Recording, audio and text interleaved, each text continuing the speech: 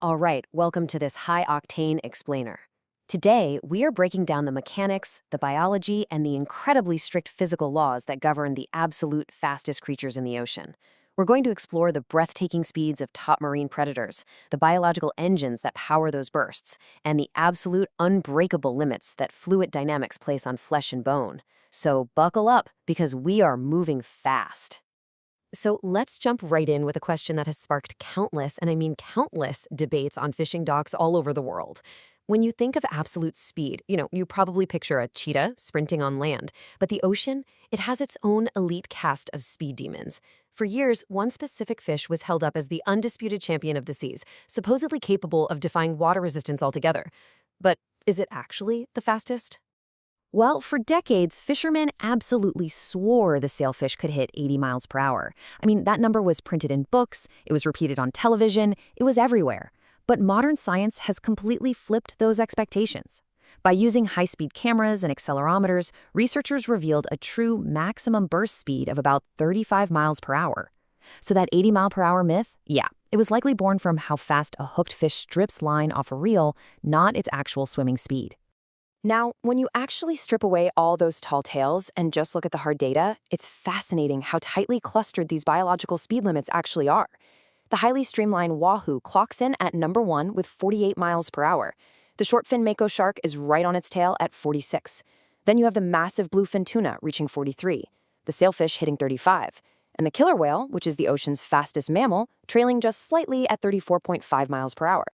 And you might be wondering, how do we actually know this for sure? Well, researchers have stopped guessing and started attaching these incredible high-tech biologgers directly to predators like the shortfin mako shark.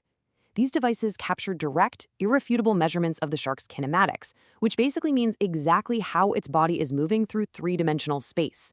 We're talking depth, temperature, tailbeat frequency, and burst speeds, all tracked on a sub-second scale. The data from these loggers brilliantly illustrates the mako's true power.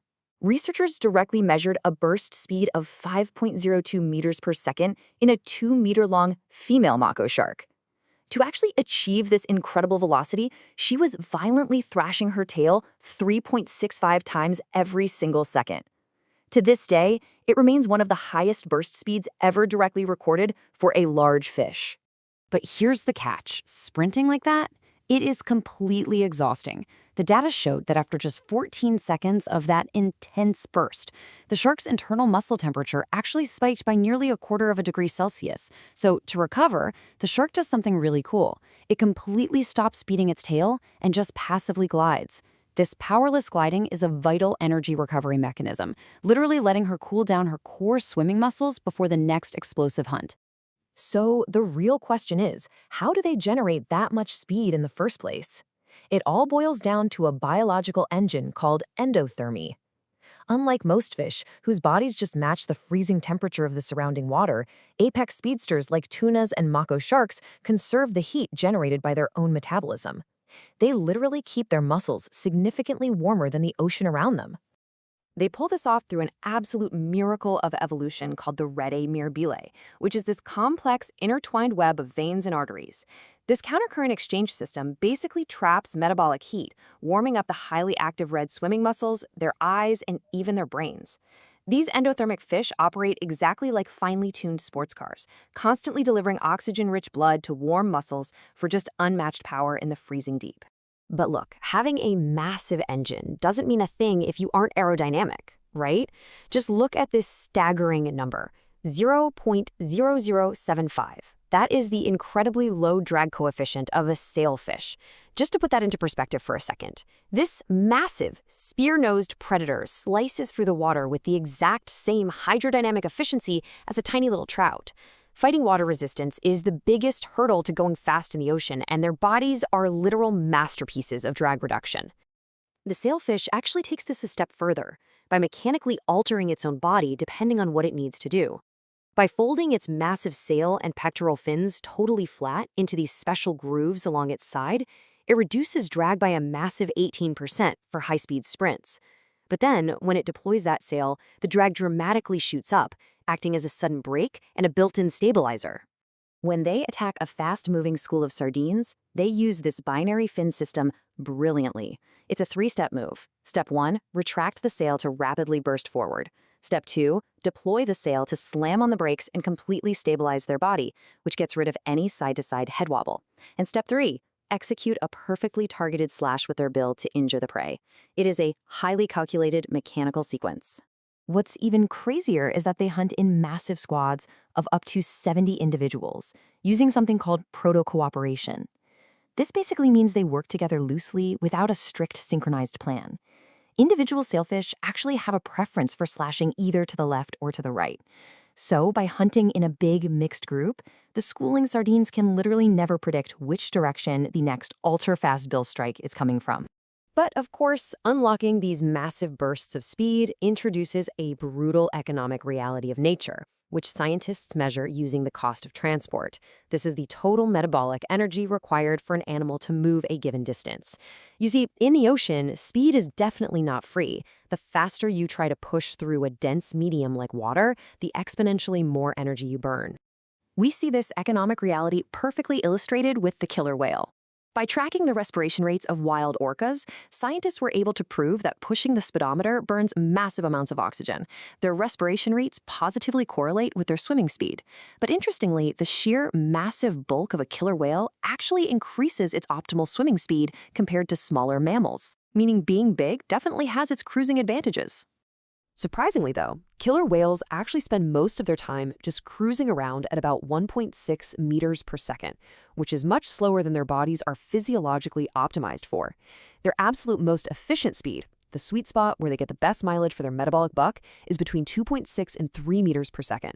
But by basically taking it easy and swimming slower, they save a ton of total daily energy. And this energy budgeting, it is absolutely crucial for mothers. The data clearly shows that female killer whales swimming alongside dependent calves face a much higher cost of transport than females swimming alone. Because they're nursing, and because they're swimming in a hydrodynamically taxing formation to kind of pull their calf along in their wake, mothers have significantly higher respiration rates just to maintain the exact same speed as a lone whale.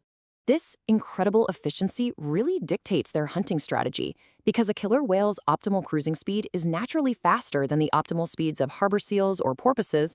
Mammal-eating orcas don't always need to rely on high-speed sprints.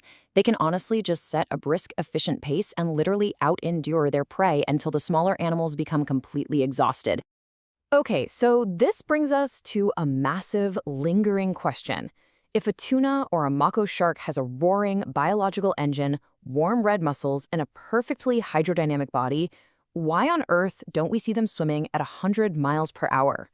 What is the invisible barrier that stops all marine life from going much faster than 50 miles per hour?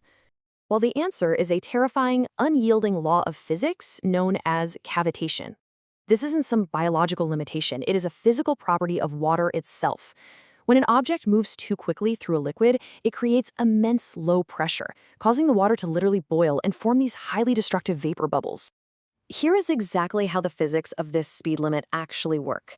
If a marine animal swings its tail too incredibly fast, the water pressure drops so severely on the trailing edge of the fin that the water just vaporizes. When the pressure equalizes a tiny fraction of a second later, those bubbles collapse, creating tiny, unbelievably violent shockwaves right against the animal's own skin. This creates a really fascinating barrier between different species. Dolphins max out their speed because their tails are filled with sensitive nerve endings. When those cavitation bubbles collapse, it causes agonizing pain, absolutely forcing them to slow down. Tunas, on the other hand, have bony fins with almost no pain receptors, so they just keep pushing, only to eventually lose physical traction against a frictionless wall of boiling vapor. Tunas are so relentless they will actually push themselves against the laws of physics until the boiling water literally blasts lesions into their flesh. Researchers have found actual physical damage on the fins of tunas that is perfectly consistent with the violent microexplosions caused by cavitation. They literally beat their tails until the water blows microscopic holes in their fins. Crazy, right? It's a pretty profound realization, isn't it? The speed of life in the ocean isn't just about having the biggest muscles or the warmest blood. It is a constant razor-edge battle between incredible biological engineering and the unbreakable boundaries of fluid dynamics. Every single fin swipe is essentially a high-speed negotiation with the physical properties of water itself. So, as we wrap up this explainer, I want to leave you with this one thought. If the absolute pinnacle of oceanic predators are secretly held back by the physics of boiling water, what invisible, unyielding laws of physics are secretly holding back the creatures we see every single day on land? Keep questioning the world around you because the answers are absolutely always fascinating. Thanks so much for exploring with me today.